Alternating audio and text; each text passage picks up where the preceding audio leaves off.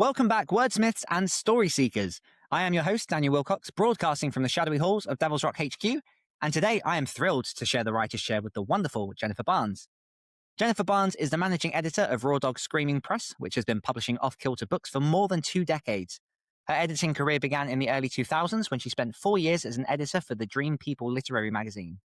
Her children's book, Better Haunted Homes and Gardens, illustrated by Kristen Margiotta, is a seasonal favourite, and she is co-chair of the Maryland chapter of the Horror Writers Association. Jennifer graduated from the University of Maryland with a BA in English and a concentration in poetry, and she is also an accomplished graphic designer. Jennifer, welcome to the show. Thank you. Thanks for having me. No worries. I'm excited to have you. So before we get into the deep, heavy questions, I want to know a little bit about you, a little bit about your writing journey. We'll get into some Raw Dog stuff, but I have a question to begin with, which is, it is Friday night and it is 8 o'clock in the evening. Your work week is finished. Dinner is cooked. What are you most likely to be found doing? Sad to say, but I will be watching TV with my husband. Hey, anything in particular? Do you guys have like a particular go-to show, or are you working on anything at the minute? You know, we've really enjoyed Slow Horses. We're caught up now, so we don't have any more episodes to watch. But actually, we started rewatching with my son to show him the episodes. So. What is Slow Horses? I've never heard of this. You haven't heard of it? It's a British show. Wow. So that's why I don't know, why did I assume that you would know every British show, right? No, every single. It's based on a series of novels, and it's about MI5, but it's like all the rejects from MI5. So they work in Slough, and that's why they call them slow horses, because okay, I don't really know about this, but apparently working in Slough is really terrible. Slough, no offense to people out there in Slough. I went through Slough, I think last year or the year before, and it's not a place that I'm inspired to revisit. Well, anyway, so it's the losers from MI5, and it's a really great show. It's it's hilarious, but also dramatic and exciting and whatever. So nice. The writing is great. Yeah. Good to hear. Yeah, I've literally never heard of that show. I'm going to have to do a bit of Googling after and see if that's something that me and my partner can watch. But for people who don't know who you are, give people a little overview about your writing journey, how you kind of got to where you are today. So I would call it more of a reading journey, because I was an inveterate reader from a young age. Well, actually, I had trouble learning to read, but once I got to read, because my mom was a teacher, so she worked with me to get me to the reading point. And once I learned to read, I just took off, reading novels and, anything, fantasy, horror, sci-fi, all of that.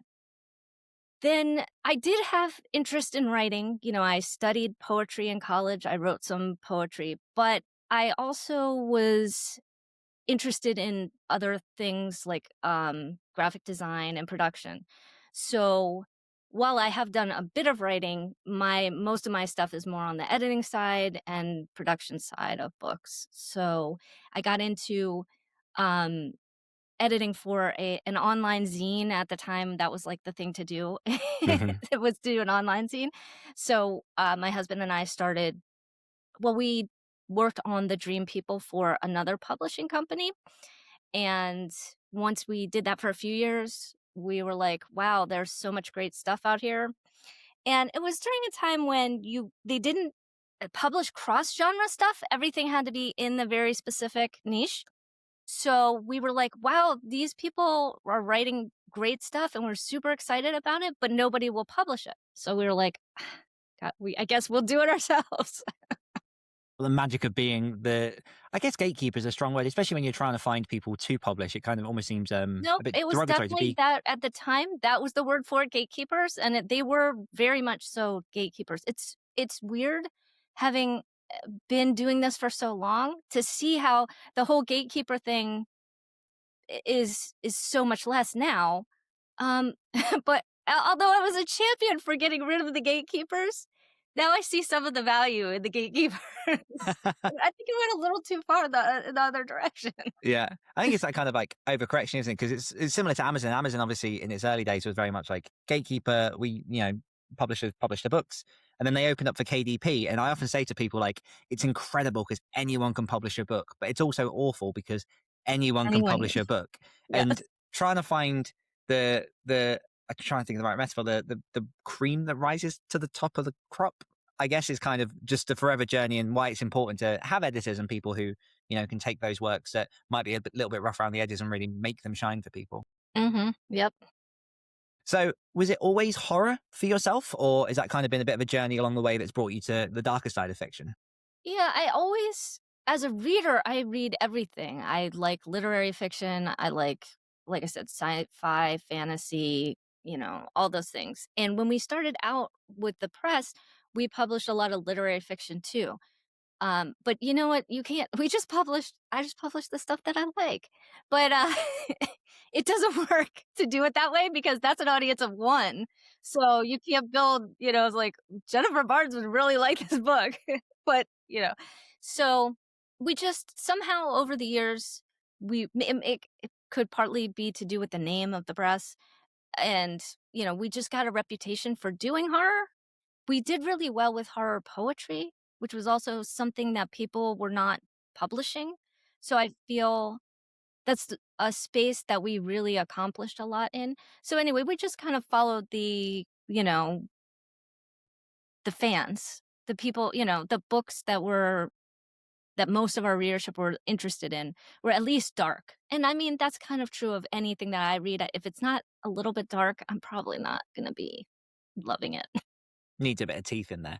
So how would you say Raw Dog began? What was the origin of Raw Dog? Where does the name come from? How much can you tell us about Raw Dog Screaming Press?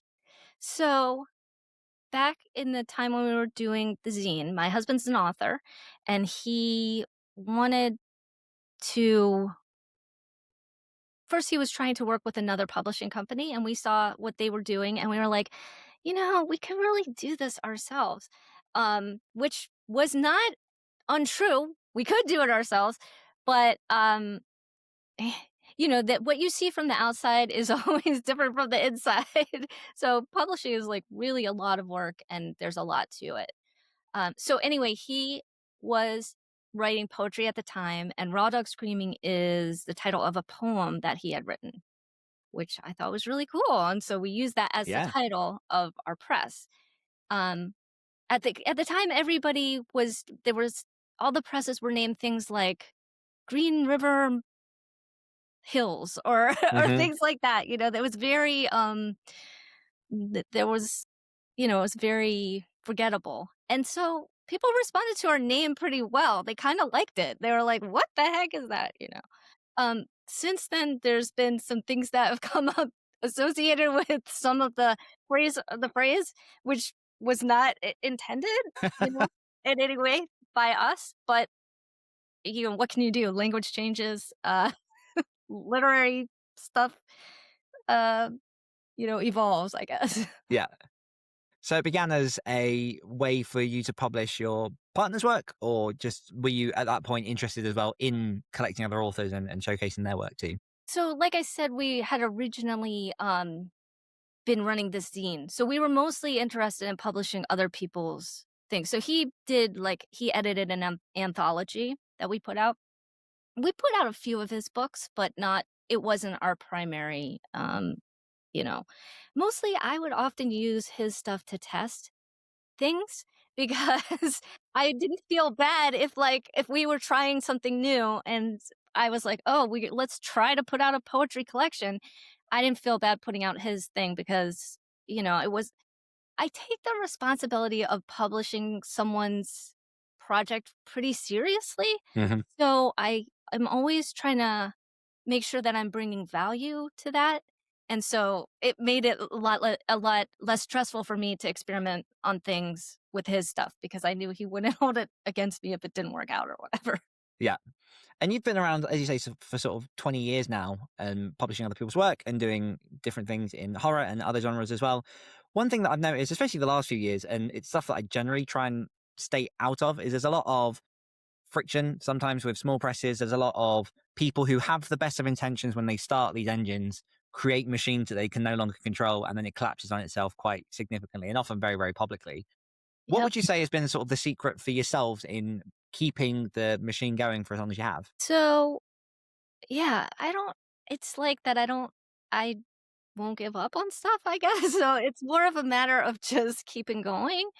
Um, but I agree that there's a lot of presses that come up. Eh, the thing is, most people actually, I would say pretty much everyone goes into it for the love of the, works and things. None of us are very good business people. Yeah. No business person goes, "This is a crazy business model." You would never be like, "Oh, I wanna go into the business where people can return your product Hmm. after 60 days for the," like, you know, where stores can return your product. So, um, yeah, so I've always tried to keep it really um, not to overextend. So, because I don't wanna lose a bunch of money on projects that are really meant to be creative. So that's I'm not a great business person either, but I'm kinda stingy. So, I think that's what's kept us going, because a lot of people, and my husband is the ideas guy, and he is the person who could easily, like, go go overboard and, you know, tip tip it over. So, it's good that we have both both sides of that, and so Yeah. we never tipped over. But, I mean, it would be very easy to do. Yeah. And what would you say to people? I mean, I'm potentially including myself because I have Devil's Rock Books, Devil's Rock Publishing. I've published a series of anthologies. I've got one or two authors that have published their work. I've kept it very, very small because I've seen, and as an author, I know the work that goes in behind the scenes. So I'm very, very reluctant to grow that side of things until I know that I've got enough behind me that I can, actually give.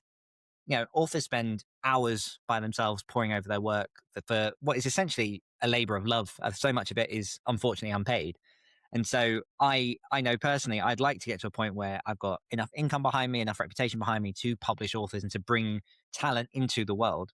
What would you say to people that, they could be editors, they could be authors, they could be, aspiring publishers who want to take that step into the bigger engine of creating a press? What would your advice be to them? Don't. Yeah, I always say that my advice would be is don't do it. Um, yeah, it's kind of hard to I mean, we definitely need more people who are able to do it and do it well. Um I always approached it from the standpoint of I wouldn't put any money in that I wasn't willing to have that completely go away, which means I didn't put very much money in, you know what I mean? It took us probably 5 years to get to the point of, not where it was self-sufficient, and then once that happened, it stayed sufficient, luckily. I feel really lucky that we didn't, because there's things that happen that are out of your control sometimes that could, again, like I say, kind of tip you over. So my advice would be just do exactly what you're doing, like start small and build incrementally.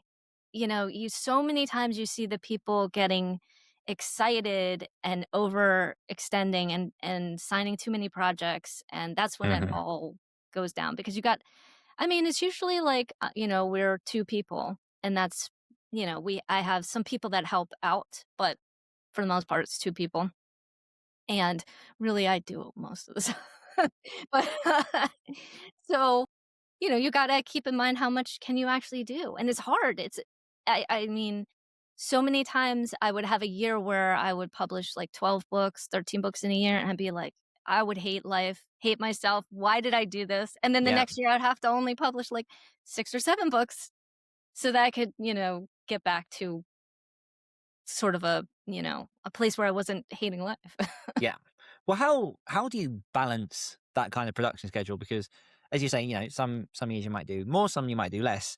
But we are in 2026. AI is out of the bottle, which I'm sure is the bane of a lot of publishers and editors' existence. How are you approaching sort of keeping consistent books coming out, but maybe not becoming subject to the rapid pace that AI seems to be bringing to publishing? So I would say that right now we have really no idea how AI is going to affect the business. I have no idea if it's going to ruin everything or be kind of like a blip or whatever. I've stopped trying to guess that. And this is the same, we've been through multiple you back way back when ebooks came out, they in the business, they really thought that ebooks was going to destroy print books. I Mm, mean, it was everywhere. They were saying, every place was saying, that's the end of print books. We won't have print books. I like print books I love a print because book. I'm a designer. So like Yeah. I I just kept doing what I was doing because what else am I gonna do? I mean, we added ebooks to, but that's not like our primary focus. Um, so anyway, my point is, I was like kind of hysterical at the time, oh, ebooks, they're gonna ruin everything. And now you see where we are. There's still print books. I don't think it changed a whole lot. I think there's actually a lot of people who will buy both formats because they want to have the physical book, but they like the ease of taking it around on their I'll do phone. audiobook as well. I do all three sometimes for a book. I really like audiobooks too. So anyway, I I think that there's no way to predict about AI and what effect it's going to have. And so you just kind of have to keep going. You just stick to your plan. Whatever your plan was, you keep going. So that's what I'm doing. Although I've reduced, this is not because of AI, but because of everything that's going on in the world. And you might not feel it as much, but here in the US, it's kind of crazy. And I think people are really distracted and not, it's really hard to reach them. So we've scaled back a little bit on our releases, but with the in- the intention, and it's also for us, I think it's hard to focus. So I can imagine. the Yeah. intention to do those books to the same level of quality, and I have to just do less books because there's just a lot of freaking out happening. You Yeah. need to leave space for yourself to freak out. Yeah. It feels like a very maybe cozy is the wrong word, but kind of cozy operation going on behind the scenes. I like the fact that you're talking about kind of the origin of Raw Dog and, putting out the stories that you like and that kind of stuff. And then how it was almost shaped by the community itself and the people that were enjoying and finding those stories. How have you found how has the community kind of kept your fire going, and do you have a good relationship with your readers? How does that look on your side of the screen? So for me, it's more, I mean, yeah, it is for sure cozy and small. And there's good things and bad things about that. And for me, it's more the relationship with the writers. You know, there's I like if I meet a reader that I could connect with, that would be fantastic. But most of the people are also writers, Of course, so yeah. um, and that definitely can really shape things because when you're doing this stuff on your own, you're like, I don't know, it's just you're kind of detached and stuff from anything. And you're like, is anybody going to like this? Are they going to respond to this? Do they, So things like going to conventions, meeting authors, there's definitely been periods of time, like, I have to say, like, probably every 5 years, I'm like, "This is it. I'm done. I'm gonna wrap up all these projects. I don't wanna do this anymore," you know? But then I will usually meet someone that, y we might work together for a while or whatever. So and that gives me, that gets me back excited because I can't always be that excited about Hmm. this stuff. But I'll meet somebody who's really, into you the writing or the scene or helping people, and then that will give me more energy. Yeah. I often feel that with, especially with those in-person events, because as we've already said, so much of what we do is either on a computer or by ourselves, and it's hours and hours of poring over words, and it has its difficulties. I'm in a period personally with my own writing where I'm trying to find that fire again to kind of regularly hit the words and figure out what my next project is and stuff. And then you go to an event, and whether it's writers or people in the industry that you've met before or new people, like you can never not come away with at least a little bit of extra lift and gusto. And I think that is one of the beautiful things I found about the horror community in general is like the in person is amazing. But to be fair, even online, there's such a vibe and a connection with people who just seem to love this stuff. And it must be nice from your side of the table to be feeding these people stories and to, giving them something that they love. Yeah, it's always, I mean, there is nothing better than when a reviewer or a reader, posts like, "Oh, I love this book, I'm so glad I got a chance to read this." And, you just feel like, "Oh, okay, great. Yeah. Someone actually really liked this." Yeah. And you've got a bunch of award-winning titles and award-nominated titles. You've been up for Bram Stoker Awards, Shirley Jackson, Ladies of Horror Fiction, Bookfest Awards. What does it mean to manage a press that has this global recognition for the things that you do? Um, it's a weird place to be because I know exactly how big and how small what I do is. So it's a very weird spot to be in because there's a lot of people that you'll meet who, you know, they're like, "Whoa!" I mean, sometimes people have never heard of us. I mean, it's still we were at the convention where we received the Publishers Award from the HWA. It's one of the few. I don't think there's really not very many publishers awards. Our press received it. We were at the breakfast and I was sitting next to someone and they were like, asking me who I was. And I was like, "Oh, Raw Dog Streaming Press." And she just had no clue. And I was like, that's when I was like, okay, this is, a little humbling because we're here. Anyway, the point being is like, it's really cool when you see something like I said about poetry. I do feel like we made an impact on the poetry scene, and that I see a lot of horror poetry being published that I don't think would have been published if we hadn't made it like we hadn't kind of laid the groundwork for it and showed people how it could be possible. Which I think that's super. But at the same time, though, sometimes you just know it's very regional. So if you go outside of your region, people haven't heard of you and all that kind of thing. So yeah. Did I answer the question? Yeah, I think so. And so obviously it's clear that poetry is still a passion of yours. Is it something that you write yourself or still curate yourself from other authors? So I wrote poetry before. I had this idea that I started writing it again like 6 months ago, but I didn't. I set this goal. I said I'm going to write a poem every day. It doesn't matter if it's good or not. Yeah. I didn't set an end goal, like an end. I didn't say for how long I was going to do that. So that was a mistake. I should have, but I did like over a month of that. And I was like, man, this is really good. But I just have too much. It's a weird situation to be having 20 years of publishing experience and then being kind of like a newbie as publishing, like publishing your own work. I mean, like way back when I had a couple poems published, but that it was, So I feel I just have a lot of mixed feelings about it. Like people will be like all of a sudden, well, she's an editor, but now she thinks she can write poetry or whatever. So um if I get the time, I'll I'll do that. Yeah, fair. Because I'll be honest, I don't think I've ever read horror poetry. I feel like I should, because I used to write poetry myself, and I used to do sort of spoken word poetry out in sort of performances around, well, the UK.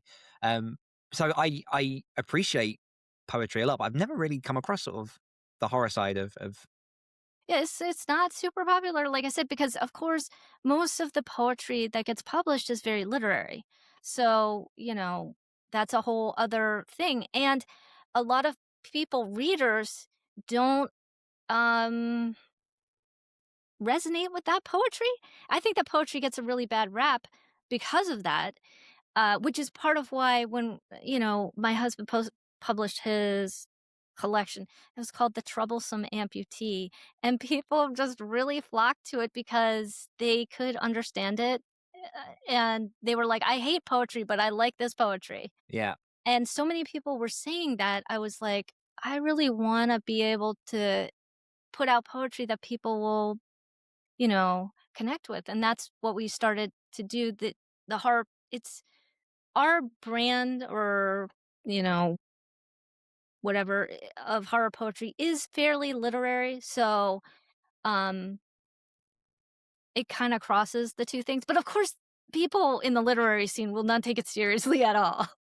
So, And poetry is such a weird one because poetry, I guess, by its definition, is literary, but it's kind of like a little bit of what we were talking about before we started recording is just kind of how people package it and, the reputation, how, it's signaled to different people almost defines just how literary that poetry gets.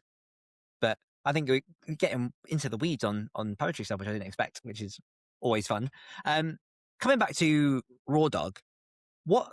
How would you define off-kilter or fringe horror books? So, like I said, when we started, crossing genres was not a thing that people did. So I think that that off kilter thing kind of came from that. I really like, as you know, as a reader, I like to read something new, and I think the best way to get to new or something that feels newer um, is to cross things, to juxtapose things that aren't normally joined. Um, so I kind of lost track of what your question was there. What is off-kilter or fringe Oh, off horror? kilter. Yeah, So again, yes, I think that off kilter is kind of juxtaposing things that you wouldn't normally see together. So it gives you that sense of like something's a little off here, you know. So you should expect when you're reading such books that you will maybe be a little uncomfortable, and you'll run into new ideas. But I think that's the exciting part of reading.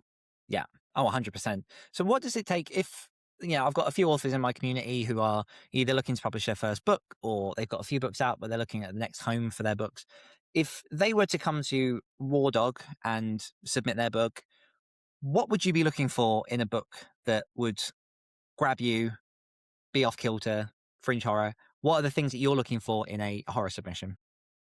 So first I have to say that we're not really open to submissions.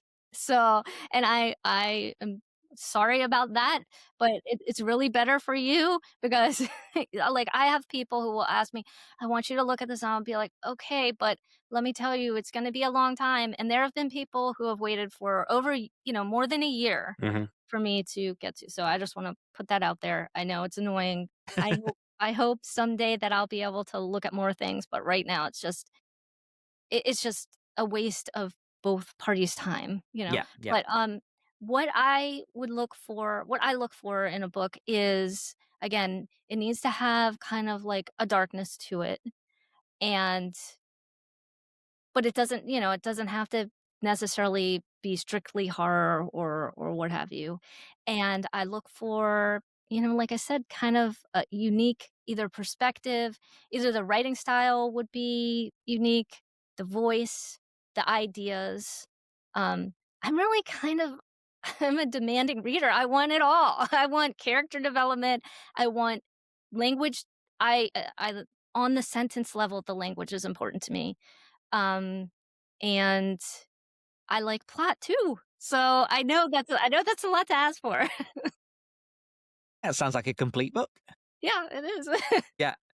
And have you found that there are any particular, I don't want to use the word trends, but is there, what does it take for a horror book to stand out in 2026? Because, you know, horror isn't a new genre anymore. There's a lot of horror being published at the minute. What are the standouts? What are they bringing to the table that you see? I think that it's kind of hard to say right now, but mostly I see new voices.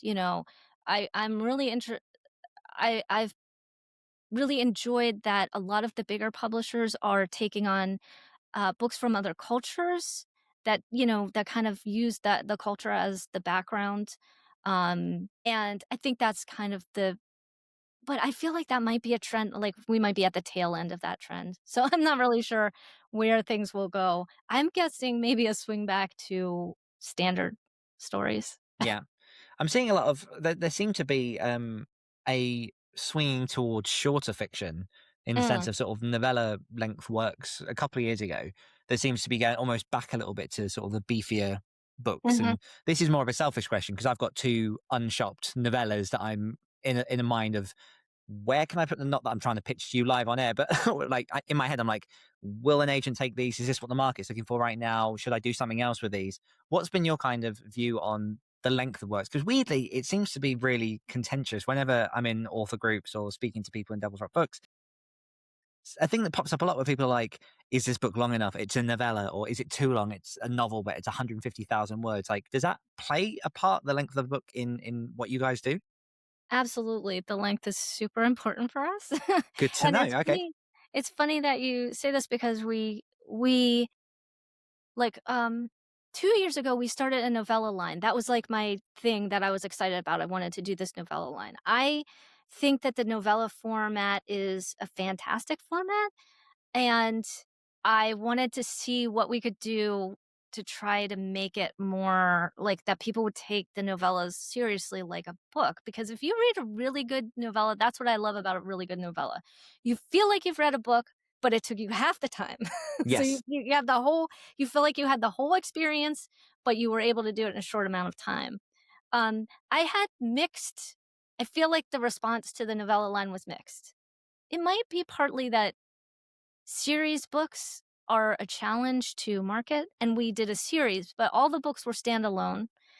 Um, and so I got a guest editor, R.J. Joseph, to choose the books for the novella line, and so in one way, it was a huge success because many of the books were nominated for awards, and one of the novellas won a Shirley Jackson Award, which we had never none of our books had ever won a Shirley Jackson before. So that was great, right? But on the other side of things, I'm not sure how much we won over the audiences, how open they were. Like, I still feel like novels would get more attention. And I was trying to Mm. promote the books as though they were novels. You know what I mean? Like, I Yeah. was trying to put the same level of promotion in, and like reviewers really like the series. I think that all the reviewers read like almost all of, like, once they read one, they were like, "Oh, this is great. I want to read all these novellas." So it was a mixed bag. Yeah. So, but I wouldn't give up on novellas. I also get a lot of queries, and I noticed that a lot of agents are sending novellas. They'll query about novellas. Hmm. I don't know, but then again, I don't know whether that's good for you as an author because you're competing against these other people who have novellas. Yeah. Um, but Yeah. I think. I think it means that the before it was like novellas were a no go. You had to publish a novella, you had to put it in a collection. Hmm. You know what I mean? And then you Yes. could. But now I think it's a little more possible, and so certain publishers, I think you could are looking for novellas. Yeah. I might. I'll be doing some playing with that later this year. But I do find some of my favorite stories from the last couple of years have weirdly been novellas, and I wondered if this was sort of not founded. This is my own theory, but I wondered if because of the rise of short form content in the sense of social media, short reels, and even Netflix series being small and consumable, I did wonder if there was kind of a swing towards shorter fiction so that people can have that same experience of pick up a book done, pick up a book done. And I found with my own reading habits I do the Goodreads book challenge every year and obviously set myself a goal. And I would deliberately be choosing shorter books because I Right, wanted to hit my goal. especially at the last half of the year, because I Yes. do that too. Yep. But then, last year I read Keith Rotten's Fever House, which is like 500 pages. And I got to a point where I just want to read a beefier book. And it was such a good book. And I highly recommend it to anyone who hasn't read it. But that was only because I decided to ignore my Goodreads target. I was like, you know what? If it's affecting how I'm reading, I don't want to track my books. I just want to enjoy reading, and having that experience of going into something thicker and just so much more content in it was just really, really nice. So I don't know it seems to be, as I say, more of an author issue than a reader issue of what places, but who knows? Who knows? Yeah, I think it very much depends on the story. I think there are certain stories I really appreciate when an author doesn't waste your time. Yes. So, if the idea is novella length idea, that's great. When you read the story and now, of course, sometimes you feel like you wanted more or what have you, but I think there are definitely stories that just work better in the novella length. Yeah. And you've also dived into nonfiction as well. You've got Tim Wagner's Writing in the Dark, came from Raw Dog Swimming Press, which, as far as I've researched and investigated, is one of the very, very few books that actually looks into the craft of writing horror. What has your venture into nonfiction taught you about the horror community in the sense of, do people move from fiction into reading nonfiction, or is that its own sort of particular audience that enjoys that book? Again, with this, it's like our audience there is writers. So, you know, they are in that vein of nonfiction, like the craft, they're really interested in that. I don't know if we did other nonfiction, how interested they would be. So I don't think there's crossover from like people that read our novels as readers and the craft book generally, unless it's a person who's like, I've always read this stuff and I'm thinking I might like to write. You know what I mean?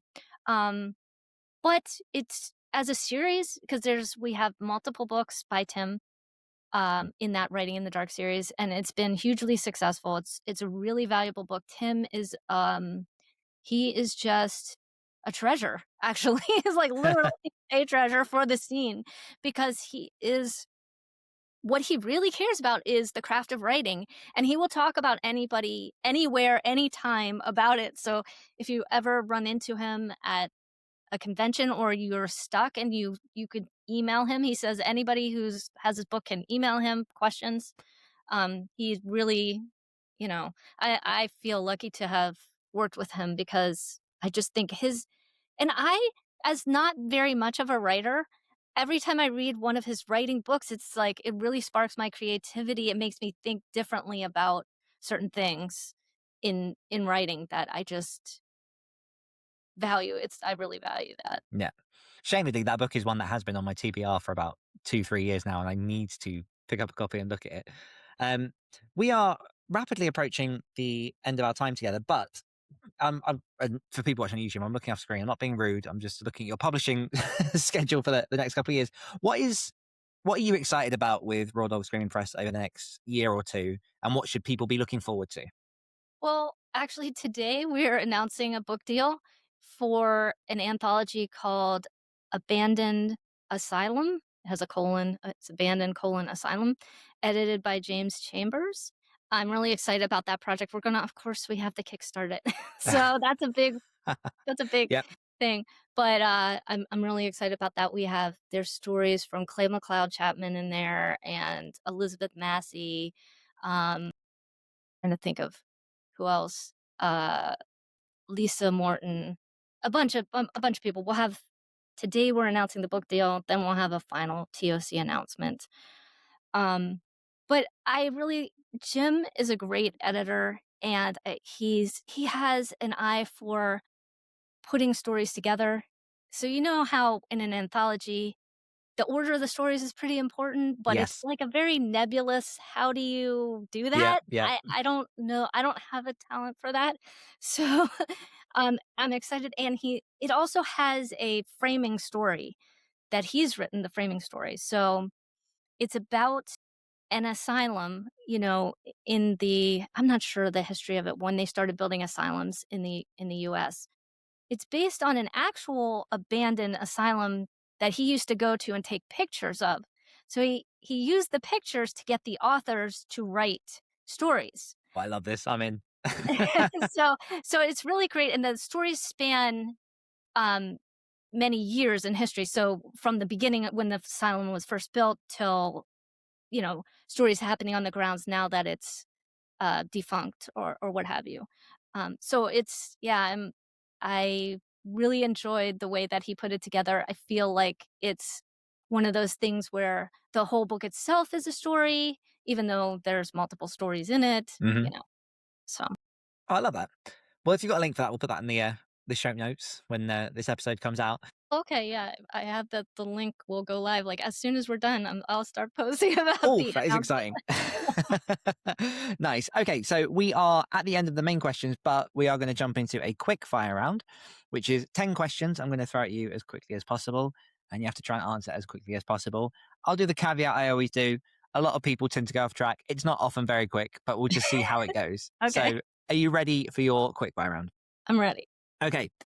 Cats or dogs or neither? Or Neither. both? Huh?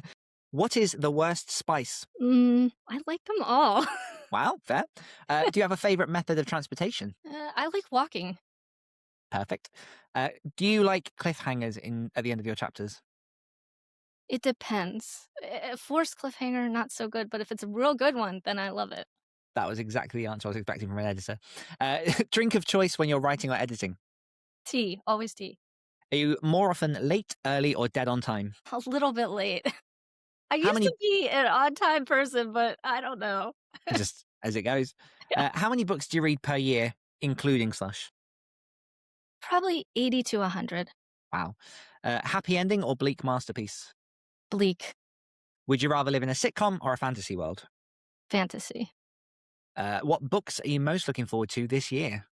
It's a bit on the spot Ooh, one. oh, that's a hard one. I know that Omakatsu just announced a book that's coming out later this year. I always like to read her stuff. Um, what else? I don't know. That's okay. That's what comes to mind. Perfect. And bonus question, where can my listeners find out about yourself, Raw Dog Screaming Press, and everything you're working on? So our website is rawdogscreaming.com, and on most of the socials, maybe all of them, we are RDSP, RDS Press. Twitter, Instagram. All the I, places I we have have a to be. TikTok, but I don't really use it. Yeah. Fantastic. Well, I can pop all those links into the show notes. And for everyone listening, do check out Raw Dog Screaming Press, doing amazing stuff. And that is a wrap. So thank you so much, Jennifer, for coming onto the Writer's Chair podcast. Thank you. It was really fun. Thank you very much. And an especially big thank you to you, our listeners, for tuning in. Before you dash off, if you're craving deeper conversation, writing advice, or just fancy hanging out with fellow readers and storytellers, why not consider joining the Devil's Rock community on Discord? I'm on a mission to build the largest online space for fans of horror and dark fiction, a home where writers and readers connect, create, and thrive together. It's free, open to all, and always crackling with inspiration. So if you're ready to pull up a virtual chair, head on over to devilsrockbooks.com/podcast for the invite link. And until next time, my friends, write bravely and dream dark. Thanks again, Jennifer.